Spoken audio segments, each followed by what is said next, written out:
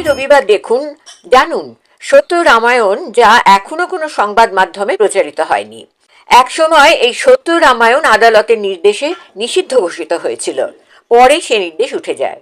কেন? তবে কি আদালত এই সত্য রামায়ণকে মান্যতা দিয়েছিল? দশরথের কি আরো 350 জন স্ত্রী ছিল? ঋষ্যশৃঙ্গ মুনি কি রাম, লক্ষ্মণ, ভরত, শত্রুঘ্নের পিতা? দেবী সরস্বতী কি কৈকেয়ীর দাসী মন্থরা? নারদের অভিশাপেই কি বিষ্ণুর মর্তে রাম হয়ে জন্মগ্রহণ? সীতা কি সম্মতি দিয়ে রাবণের সঙ্গে লঙ্কায় যান? রাম কি লক্ষ্মণকে হত্যা করতে চেয়েছিলেন? এমন অনেক অজানা তথ্য জানতে দেখুন সত্য রামায়ণ দিগদর্শন চ্যানেলে। প্রতি রবিবার রাত 10টায় প্রকাশিত হবে। লগ ইন করুন, সাবস্ক্রাইব, বেল আইকন ছুঁয়ে গ্রাহক হন। Information provided by the speaker, presenter on the IDSC platform is for general information purposes only.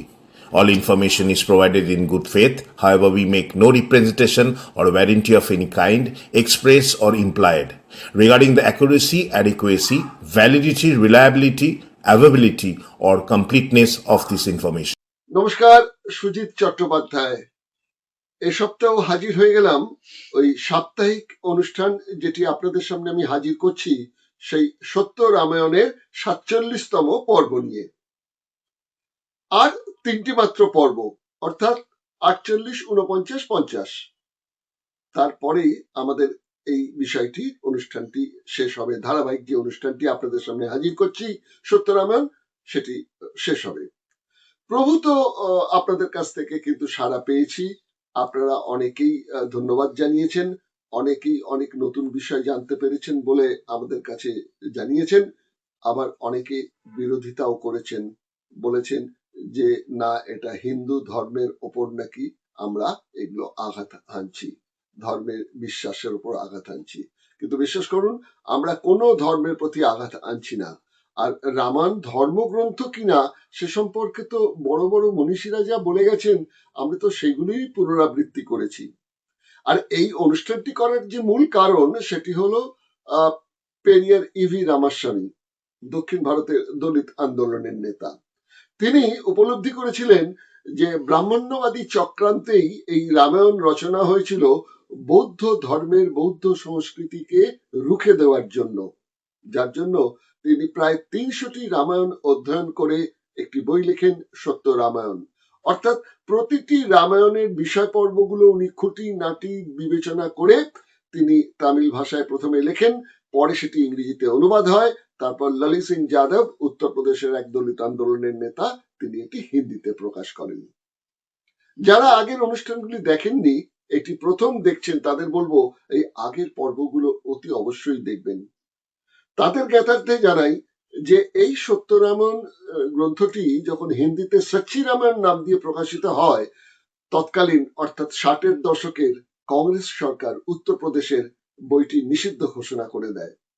এই লালা সিং যাদবরা তখন সুপ্রিম কোর্টে লড়াই করে জিতে নিয়ে আসেন তাদের অধিকার, তাদের দাবি।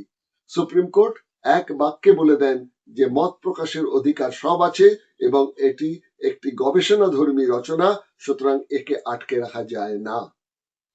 যাই হোক, পরবর্তীকালে যখন এখানেতে বিজেপি সরকার তৈরি হয়, তারা কিন্তু এই গ্রন্থটির আসল কপি না জোগাড় করেও কিছু কিছু মানে প্রিন্টিং কপি, অর্থাৎ যাকে বলেন আমরা যেগুলোকে জেরক্স কপি বলি, ওই ধরনের কপিগুলো নিয়ে তারা আগুনে পোড়ানোর ব্যবস্থা করেন এবং এই সচ্চি রামায়ণ বইটির বিরুদ্ধে প্রবল প্রতিরোধ করেন। কিন্তু আইনত সে বইটিকে আর নিষিদ্ধ করে রাখা যায়নি। বাংলায় দু একজন এই বইটিকে অনুবাদ করেছিলেন, তার অন্যতম হলেন রঞ্জিত মিস্ত্রি। তিনি এক সত্যের উন্মোচন, সত্য রামায়ণ বইটি রচনা করেন। লেখকের সঙ্গে আমাদের যোগাযোগ হয়, আমরা লেখকের সঙ্গে দীর্ঘ এই 46টি পর্ব ধরে তার সঙ্গে ফোনে আলোচনা করে বোঝার চেষ্টা করেছি, জানার চেষ্টা করেছি, সেটাই আপনাদের সামনে হাজির করেছি। এবারকার যে পর্ব 47 নম্বর পর্বে আমরা মূল বিষয়টাই চলে আসছি। আমরা জানতে চাইছি, বাল্মীকির লেখা রামায়ণ বলা হচ্ছে, কিন্তু লেখা ও রচনা শব্দ দুটির মধ্যে কিন্তু একটা সুন্দর টুইস্ট আছে। রচনা মানে যা আমি মুখে মুখে রচনা করতে পারি, স্মৃতিতে ধরে রাখতে পারি, যে অর্থে বেদকে বলা হয়েছে শ্রুতি ও স্মৃতি। সে অর্থেই নাকি রামায়ণ রচনা করেছিলেন বাল্মীকি। পরবর্তীকালে সেটি সংস্কৃতে লেখা হয়। সংস্কৃতে লেখা হয়, কে লিখেছিলেন সেই তথ্য কার কাছে আছে, সেই গ্রন্থটি বা কার কাছে আছে, সেসব কিন্তু সদুত্তর নেই। আর বাল্মীকি নামে একক কি কোনো ব্যক্তি ছিলেন যিনি এই রামায়ণটি রচনা করেছিলেন, তা নিয়েও রয়েছে বহু দুই মত। চলুন এই বিষয়টি নিয়ে একটি প্রতিবেদন প্রথমে দেখি, তারপর সরাসরি আমরা আলোচনা করব রঞ্জিত মিস্ত্রির সঙ্গে এই বাল্মীকি প্রসঙ্গ নিয়ে এবং সত্যরামন প্রসঙ্গ নিয়ে। আর তার সঙ্গে অতিরিক্ত সংযোজন যেটা থাকছে সেটা হচ্ছে এই সত্য রামায়ণের যিনি আসল রচয়িতা, তামিল ভাষায় যিনি করেছিলেন, সেই পেরিয়ার ইভি রামাস্বামীর যে জীবনের দলিত আন্দোলনের পদক্ষেপ, তার জীবনের শেষ প্রান্তে আসার পর আমাদের পর্ব শেষ হওয়ার মুখে, সুতরাং তার সম্বন্ধে আলোচনাটাও এখন শেষ পর্বে আমরা আছি, সেটা সম্পর্কেও তার সঙ্গে একটি আলোচনা করব। চলুন প্রথমে প্রতিবেদন, তারপর তার সঙ্গে ফোনে সাক্ষাৎকার। রামায়ণ রচয়িতা কে প্রশ্ন করলে সবাই এক বাক্যে উত্তর দেবেন, মহর্ষি বাল্মীকি। বাল্মীকি কে এই প্রশ্নের উত্তরও সবাই বলবেন দস্যু রত্নাকর। তার পাপের ভাগী পরিবারের কেউ হবেন না জেনে দেবর্ষি নারদের কথায় দস্যু বৃত্তি ছেড়ে তিনি তপস্যায় রত হন। দীর্ঘ ৬,০০০ বছর তপস্যা করেন। তার শরীর ঢেকে যায় উইপোকার ঢিপিতে। উইপোকার সংস্কৃত নাম বল্মীক, ফলে তার নতুন নামকরণ হয় বাল্মীকি। অধিকাংশ ভারতের মানুষ এইটুকুতেই জানার ইচ্ছায় ইতি টানেন। চলুন আমরা বিষয়টি একটু বিশদে জানার চেষ্টা করি। বাল্মীকি নিজের রচনাবলিতে নিজের পরিচয় দিতে উল্লেখ করেছেন প্রচেতরানা নামে এক ঋষির তিনি দশম পুত্র। প্রচেতস কোনো নাম নয়, বৈদিক দেবতা বরুণের আরেক নাম। 10 প্রজাপতি ঋষির একজন। আবার কোথাও বলা হয়েছে তিনি খ্রিস্টপূর্ব 5ম শতাব্দীর জন্মগ্রহণ করেন। প্রথম সংস্কৃত কাব্যের শ্লোক রচয়িতা। রামায়ণ ছাড়াও তিনি রচনা করেন যোগ বশিষ্ঠ কাব্য। বাল্মীকির পিতা ছিলেন বলা হয় চ্যাবন মুনি, যিনি চ্যাবনপ্রাসের জনক। কোথাও বা বাল্মীকিকে বলা হয়েছে তিনি কাশ্যপ ঋষির পুত্র। শৈশবে মা বাবার কাছ থেকে হারিয়ে যান, এক ব্যাধের ঘরে প্রতিপালিত হন। শিকার হয় তার জীবিকা, কিন্তু সবসময় শিকার না পাওয়ায় দস্যু হতে বাধ্য হন তিনি। জঙ্গলের পথে পথিকদের লুট করে খুন করতেন। দেবর্ষি নারদের সঙ্গে সাক্ষাতে জীবনের লক্ষ্য সম্পর্কে অবহিত হয়ে দস্যুগিরি ত্যাগ করে তপস্যায় ব্রতী হন রত্নাকর। হঠাৎই একদিন বাল্মীকি শিষ্য ভরদ্বাজকে নিয়ে তমসা তীর্থের যাত্রাপথে প্রকৃতির শোভা দর্শন করছিলেন। এক ব্যাত তখন একটি পুরুষ বককে তীরবিদ্ধ করায় স্ত্রী বকটি কাঁদতে থাকে। অত্যন্ত ক্রুদ্ধ হয়ে বাল্মীকির মুখ থেকে বেরিয়ে আসে তার প্রথম সংস্কৃত শ্লোক, মা নিষাদ প্রতিষ্ঠাং তৃণঙ্গম শেষ্যতি সোমা যৎ ক্রঞ্চমিথানুত নিরবধি কাম মোহিতামম। স্বয়ং ব্রহ্মার স্বীকৃতি মেলে এই শ্লোক। রামায়ণ রচনার অধিকার পান বাল্মীকি, কিন্তু প্রশ্ন থেকে যায়, বাল্মীকি নামে কেউ যদি খ্রিস্টপূর্ব 500 বছর আগে থেকেও থাকেন, তিনি তো রামায়ণ শ্রুতি ও স্মৃতিতে রেখে রচনা করেন, কিন্তু কোন ভাষায় তা প্রথম লিখিত হয়? সংস্কৃত বলে যা দাবি করা হয়, সেই সময়কালে কি সংস্কৃত ছিল? সেই আদি অকৃত্রিম সংস্কৃত ভাষার প্রথম গ্রন্থটি কোথায় সংরক্ষিত আছে? এসব প্রশ্নের কোনো উত্তর নেই। যুগ যুগ ধরে এই বাল্মীকি চরিত্রকে যেভাবে লালন পালন করে বাস্তবোচিত করে তোলার চেষ্টা হয়েছে, প্রকৃত অর্থে রামায়ণ কি কোনো একক ব্যক্তির রচনা? বাল্মীকি যদি ব্রাহ্মণ সন্তান হবেন, তবে ভারতের অচ্যুত সম্প্রদায়ের নাম বাল্মীকি কেন? ভাষাচার্য সুনীতি চট্টোপাধ্যায় কেন লেখেন অনার্যদের দেবতাদের লীলা কথা তাহাদের রাজাদের প্রাচীন কাহিনী ক্রমে সংস্কৃত ভাষায় গৃহীত হয়ে আর্যদের লোককাহিনীর স্বাদে অচ্ছেদ্য হয়? তাতেই রামায়ণ ও মহাভারত সৃষ্ট হয়। সুনীতি চট্টোপাধ্যায়ের এই উক্তি লিখিত আছে তার ভারত সংস্কৃতি গ্রন্থের 10 ও 11 নম্বর পৃষ্ঠায়। বাল্মীকির জন্মতিথি পালিত হয় চন্দ্র ক্যালেন্ডার অনুযায়ী আশ্বিন মাসের পূর্ণিমায়। সে অর্থে 2025-এর দিনটি ছিল 7ই অক্টোবর। অর্থাৎ বাল্মীকি রামায়ণ রচনা করেছিলেন আজ যদি 2025 হয়, তারও 500 বছর আগে, অর্থাৎ 2525 বছর আগে। কিন্তু তার জন্ম কত সালে হয়েছিল? না, তার কোনো উত্তর নেই। কত বছর বয়সে তিনি রামায়ণ রচনা করেছিলেন? না, তারও কোনো উত্তর নেই। জন্মতিথির নেই কোনো প্রামাণ্য নথি। কে হিসেব রেখেছিল? কোনো প্রশ্নেরই উত্তর নেই। একটি কথাই প্রযোজ্য, বিশ্বাসে মিলায় বস্তু, তর্কে বহুদূর। Hello, hello. নমস্কার রঞ্জিত বাবু, আমি দিগদর্শন থেকে সুজিত বলছিলাম। আমরা প্রতি সপ্তাহে সত্য রামায়ণ নিয়ে যে অনুষ্ঠানটা করছি, মোট 50টি পর্বের এই অনুষ্ঠানে 47 নম্বর পর্বে আমরা এবার এলাম। এবং এই 47 নম্বর প্রবাহ থেকে আর যে 3টি আমাদের পর্ব থাকছে, এটা আমরা একটু সামগ্রিকভাবে রামায়ণের একটু বিশ্লেষণ করছি। আজকের যে বিষয়টা বলতে চাইছি, মূল জায়গাটা সেটা হচ্ছে রামায়ণ। রামায়ণ শব্দটা উচ্চারণ করার সঙ্গে সঙ্গেই চলে আসে বাল্মীকি নামটি। অর্থাৎ আমাদের জানানো হয়েছে যে বাল্মীকি নামে একজন ঋষি ছিলেন। তিনি আজ থেকে 60,000 বছর আগে তিনি নাকি রামায়ণ রচনা করেছিলেন। এখন রামায়ণ রচনা শব্দটির মধ্যে কিন্তু একটা টুইস্ট আছে। সেটা হচ্ছে যে রচনা মানে রচনা, রচনা মানে লিখিত নয়।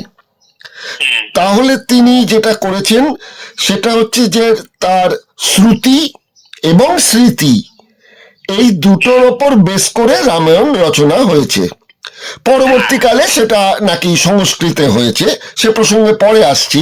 প্রথম যেটা আপনার কাছে জানতে চাইব, যে এই যে বাল্মীকি বলে একজন চরিত্রকে আনা হলো, যেখানে তাকে বলা হচ্ছে তিনি ভৃগু বংশীয় চবন মুনির সন্তান।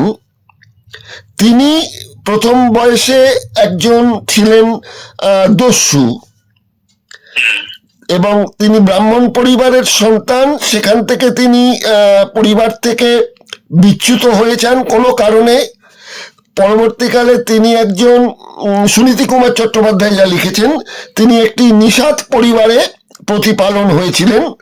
সেখান থেকে শিকার করা ছিল তার ধর্ম, কিন্তু সবসময় ভালো শিকার পাওয়া যেত না। বাধ্য হয়ে তিনি দস্যু বৃত্তি করা শুরু করেন। এইরকম একটা সুনীতি কুমার চট্টোপাধ্যায় তো লিখে গেছেন। আমার কাছে প্রশ্ন হচ্ছে যে এই বাল্মীকি চরিত্রর বাস্তবতা, এটা প্রসঙ্গেতে আপনি কি ভেবেছেন? যদি আপনি ঐতিহাসিক পটভূমিকা থেকে এটাকে বিচার করতে চেষ্টা করেন, দেখেন, তবে এর আপনি কোনো জায়গা পাবেন না যেখানে বাল্মীকি জন্মেছে। আপনি কখনো উত্তর ভারতে দেখবেন, কখনো উড়িষ্যায় দেখবেন, দাদা দাদা জায়গায় একই করা। কিন্তু অবস্থাটা এটা যে মানে ব্রাহ্মণবাদী দর্শনে এমন কোন ব্যক্তিকে পাওয়া যায়নি যে সঠিকভাবে মানে এই তার একটা বাস্তব রূপ আছে, এরকম নেই।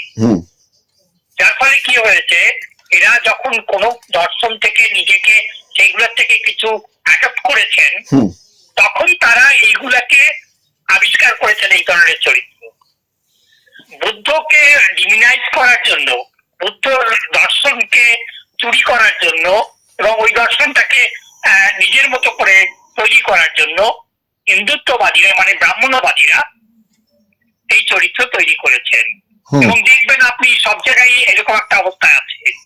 বাল্মীকি সম্পর্কে যা করা হচ্ছে, এতে কাল্পনিক চরিত্র বলা হয় না, একদিকে যেমন কাল্পনিক চরিত্র বলা হয় না, একদিকে এর কোনো নিজস্ব অস্তিত্ব খুঁজে পাবেন না। তবে কি হয়েছে, নিঃস্ব অবস্থায় রয়েছে। তার মানে দেখা যায় যে বৌদ্ধ দর্শন হচ্ছে ভারতের একমাত্র দর্শন, আর কোনো দর্শন নেই, আর কোনো দার্শনিকও নেই।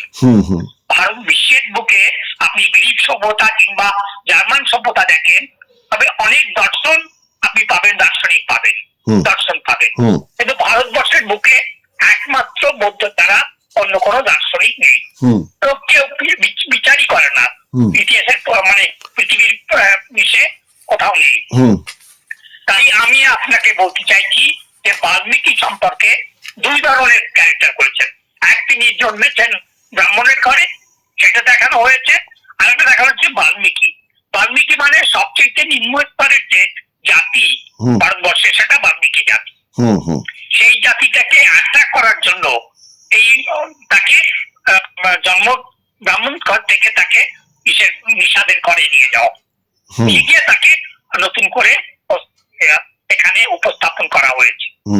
অর্থাৎ আপনি যদি দেখেন, এটা একটা সম্পূর্ণ ওদের কাল্পনিক চরিত্র। সেই চরিত্রটাকে নিয়ে মানুষ কি করেছে, মানে ব্রাহ্মণবাদীরা এটাকে সামনে নিয়ে আসার চেষ্টা করে। সবচেয়ে যেটা বেশি অবাক লাগে সেটা হচ্ছে গিয়ে বলা হচ্ছে যে বাল্মীকি মানে যার নাম রত্নাকর, তিনি উত্তরপ্রদেশের কানপুরের 27 কিলোমিটার দূরে বিধুর বলে একটা জায়গা আছে, সেখানেই নাকি বাল্মীকির তপবন ছিল, সেখানেই নাকি লবকুশের জন্ম হয়েছিল। রামচন্দ্র লক্ষণকে দিয়ে সেখানেই সীতাকে পাঠিয়েছিলেন। আবার রামায়ণের যা বর্ণনা সেখানে বলা হচ্ছে যে ওড়িশার যাজপুরে কেওনঝড়ের কাছে সীতাবিঞ্জ বলে একটা জায়গা আছে, মানে কেওনঝড় থেকে 6 কিলোমিটার দূরে। ওই সীতাবিঞ্জেতে ছিল বাল্মীকির তপবন। তা কোথায় উত্তরপ্রদেশ আর কোথায় ওড়িশা? এই যে দুটি ভিন্ন ভিন্ন মত, এটির সমাধান যখন হচ্ছে না, তখন এই বাল্মীকি ক্যারেক্টারকে মানুষের কাছে এস্টাবলিশ করার যে মরণপণ একটা প্রচেষ্টা চালু হচ্ছে, তা যারা এগুলো করেন তারা তো নিজেরা এখনো সিদ্ধান্তে উপনীত হতে পারছেন না যে বাল্মীকিকে কোথায় তারা প্রতিষ্ঠা করবে, কানপুরের কাছে বিধুরে না উড়িষ্যার যাজপুর কেওনঝড়ের ওখানেতে। আপনি বুদ্ধর যদি দেখেন যে বুদ্ধ যে তপস্যা করেছেন, সমস্ত দর্শন মানে ব্রাহ্মণবাদী দর্শন বুদ্ধের ওই যে তপস্যার যে দর্শন, সেইটাকে টেনে এনে আলাদা আলাদা ক্যারেক্টার তৈরি করেছেন। সেখানে বাল্মীকি একটা, বাল্মীকিকে উইতে ঢেকে রেখেছে। এই যে প্রতীকটা, এই প্রতীকটা কিন্তু আপনি বুদ্ধ দর্শনের প্রতীক। বুদ্ধরাই এই ধরনের করতেন, বুদ্ধ ধর্মের মানুষরাই এইভাবে মানে তপস্যা করতেন কিংবা করতেন, সেটাকে এখানে কনভার্টেড করা হয়েছে। এটাই আপনি যদি একটু চরিত্র বিশ্লেষণ করেন সেটাই দেখতে পাবেন। আরেকটা বিষয় সেটা হচ্ছে যে এই সংস্কৃতকে দেব ভাষা, আদি ভাষা বলা হচ্ছে, যার জন্য বলা হচ্ছে যে এই বাল্মীকি যখন তার শিষ্য আপনার ভৃগুমুনিকে নিয়ে কোথাও যাচ্ছিলেন, তমসা বলে একটা তীর্থে যাচ্ছিলেন, সেই সময় ভরদ্বাজ ঋষির সঙ্গে যাত্রাপথে তিনি প্রকৃতির শোভা দর্শন করছিলেন। এক ব্যাধ একটি পুরুষ বককে তীরবিদ্ধ করেন, তখন স্ত্রী বকটি কাঁদতে থাকে। তখন তিনি ক্রুদ্ধ হয়ে অভিসম্পাদ দিয়ে সেই ব্যাধকে যে বলেছিলেন, মা নিষাদ প্রতিষ্ঠাঙ্গ তৃণগম শাশ্বতী সোমা যৎকঞ্চ মিথুনা দেব মবধি কাম মহিতাম। মানে যে সময় এই বক যুগল তারা মৈথুনে উদ্যত ছিলেন, সেই সময় তাকে তুমি বধ করেছ, সুতরাং তোমার পাপ স্খলন হবে না। ঠিক আছে, ওটা অন্য বিষয়। কিন্তু এই যে সংস্কৃত শ্লোকটির কথা বলা হচ্ছে, অত বছর আগে কোন ভাষার যে ইতিহাস সেখানে তো পাওয়াই যাচ্ছে না যে ওই আমলেতে সংস্কৃত ছিল। কেন, যে সময়টা বলা হচ্ছে খ্রিস্টপূর্ব 500 বছর, সেই সময়টাই বলা হচ্ছে বুদ্ধদেবের জন্মের সময়, এ দুটো মিল পাচ্ছি। তা সেই সময় সংস্কৃত ভাষা কোথায় ছিল? না, বলা হচ্ছে বৈদিক সংস্কৃত ছিল। বৈদিক সংস্কৃতটা আবার কি বিষয়? হ্যাঁ, বৈদিক সংস্কৃত বিষয়টা তাহলে আবার কি বেরোলো?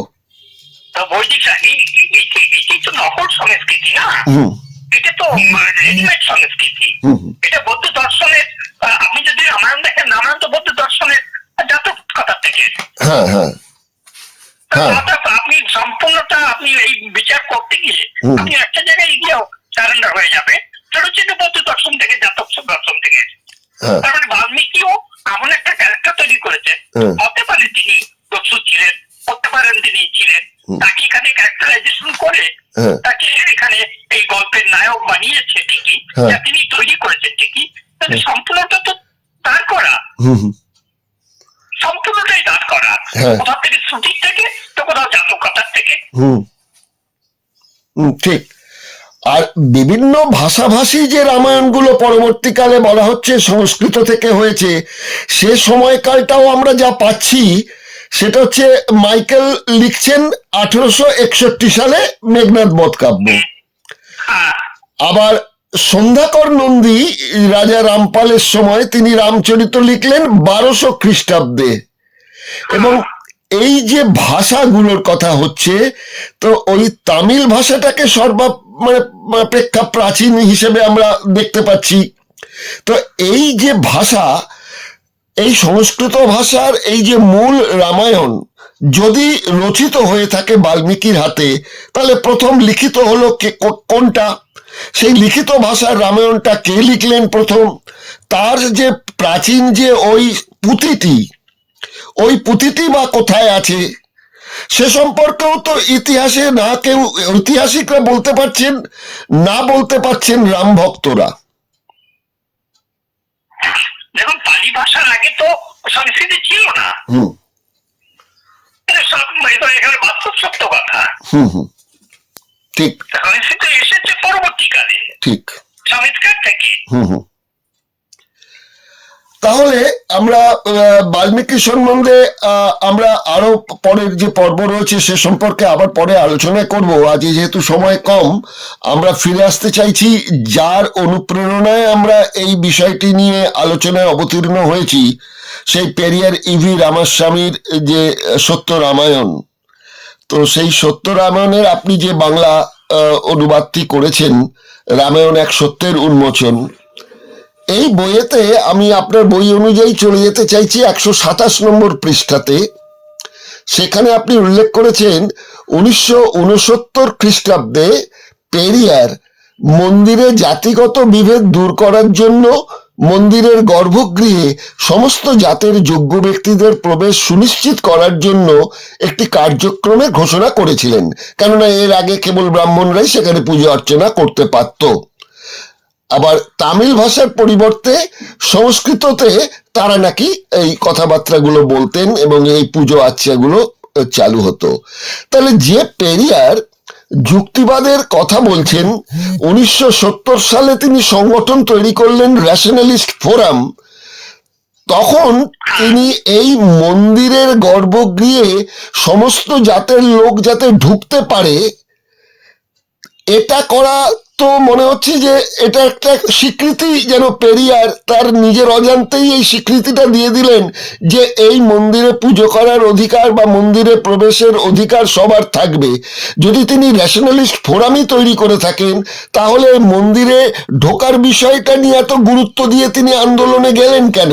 এটা যদি একটু বলেন। দেখুন, আমি এই ব্যাপারটায় একটু যে লেখক লিখেছেন এটা সত্যি রামায়ণ, সেখান থেকে আমি একটু ডিফার করতে চাইছি। আমি এটাকে চেঞ্জ করিনি ঠিকই, কিন্তু এটা 1969 না হয়ে এটা 1939 হওয়া উচিত ছিল। অসত্যি নয়, এটা আমি স্বীকার করছি, নিজে বাধ্য হচ্ছি স্বীকার করতে। এই বইতে যেখানে আমি 1939 দেওয়া হয়েছে, এটা ফুল তত্ত্ব অনেকটা, যেটা আমি পরবর্তীকালে করে দেখেছি। আচ্ছা, যেহেতু লেখক এটা লিখেছেন, আমি অনুবাদ করেছি, এটাকে আমি চেঞ্জ করতে পারিনি। কিন্তু আমি যদি সত্যি এটা নিয়ে আমি অনেক কথা বলেছি তার সঙ্গে, তিনিও এটা করেছেন, পরবর্তীকালে এটা আমি চেঞ্জ করতে চাইছি। ওনার অনুমতি ছাড়া তো হবে না। নিশ্চয়ই নিশ্চয়ই 69 নয়, এটা 39 হবে। তখন এই আন্দোলনটা করেছিলেন, এই আন্দোলন মন্দিরে প্রবেশের আন্দোলন করেছিলেন। এবং 69 আর 70-তে তিনি পরবর্তীকালে টোটালি রেশনালিস্ট হয়ে গেছেন এবং তিনি সম্পূর্ণভাবে ওই এই দর্শন, মানে মন্দিরে ঢোকার পরিবর্তে শিক্ষার উপরে বেশি জোর দিয়েছেন। হ্যাঁ, সেইটাই আমার জানার বিষয় ছিল যে আমি এই 1900 টাকা ধরেছেন এবং সত্যি ধরেছেন।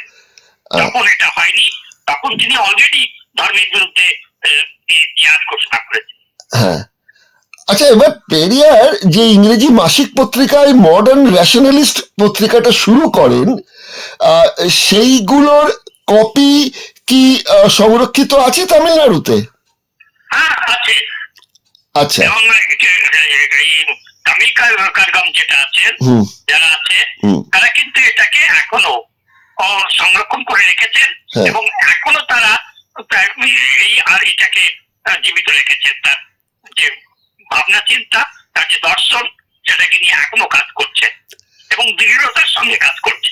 আচ্ছা, তো ওইটাকে বিভিন্ন ভাষাভাষী ছেড়ে দিন, আমি একটু স্বার্থপরের মতোই বলি, যেহেতু আমি একজন বাংলার মানুষ। বাংলায় এটির কিছু সম্বন্ধে গবেষণা বা এই সম্বন্ধে লেখা, বা যেহেতু ওটা ইংরেজি মাসিক পত্রিকা ছিল, সেটির বঙ্গানুবাদ করে সেই সময়কালটাকে ধরে পেরিয়ারকে তো আরো বেশি সহজভাবে মানুষের কাছে তুলে ধরা একটা জায়গা থেকে যাচ্ছে। এখন এটা নিয়ে ভাবনা চিন্তা শুরু হয়েছে এবং আমিও মনে করছি, আমি দীর্ঘদিন ধরে মানে এটা নিয়ে নাড়াচাড়া করছি যে ওই ধরনের যে পত্রিকাগুলো আছে, যে যখন প্রকাশিত হয়েছে, তার কিছু ম্যানস্ক্রিপ্ট আমি জোগাড় করার চেষ্টা করছি। আচ্ছা, যদি হয় সম্ভব হয় তাহলে ওটাকে আমি প্রকাশ করব।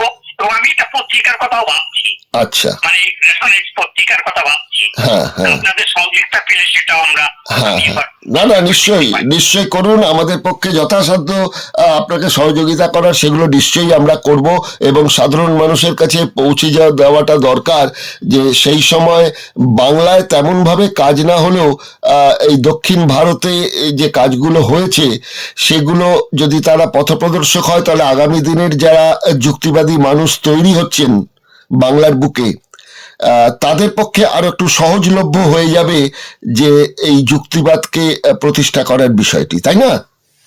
জানুয়ারি থেকে আমি আশা করছি, 26 জানুয়ারি থেকে আমি এই কাজটা নিয়ে উদ্যোগ নেব এবং আপনি আমার সঙ্গে থাকবেন বলে 100 বার আশা করবেন। কেন, এটা আপনার কোনো ব্যাপারই নয়।